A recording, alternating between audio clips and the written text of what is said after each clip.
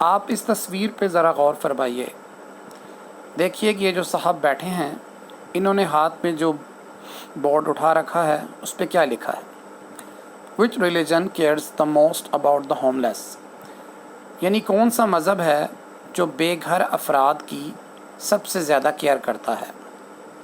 اب آپ دیکھیے کہ انہوں نے سامنے کچھ مذاہب کے نام لکھے ہیں جن میں جوئش، بدھسٹ، مسلم، کرسچینٹی، ایتھیسٹ اور ہندو وغیرہ ہیں، اور ان سب کے سامنے ایک پاٹ رکھ دیا ہے کہ جس میں لوگ پیسے ڈال رہے ہیں.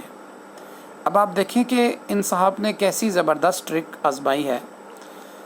ظاہر ہے یہ جس ملک سے بلونگ کرتے ہیں اور جہاں پہ جس مذہب کے افراد زیادہ رہتے ہیں وہی ان کو زیادہ پے کر رہے ہوں گے.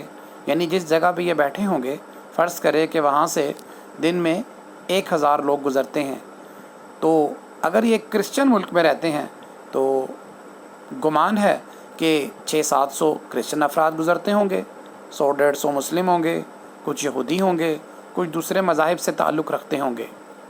لیکن انہوں نے اپنا دماغ استعمال کرتے ہوئے سب مذاہب کے لوگوں کو ایموشنلی بلیک میل کیا تاکہ لوگ گزرتے ہوئے جب یہاں دیکھیں ان کے اس بینر کو تو وہ اپنی طرف سے زیادہ ان کے ساتھ ہیلپ فل ہوں.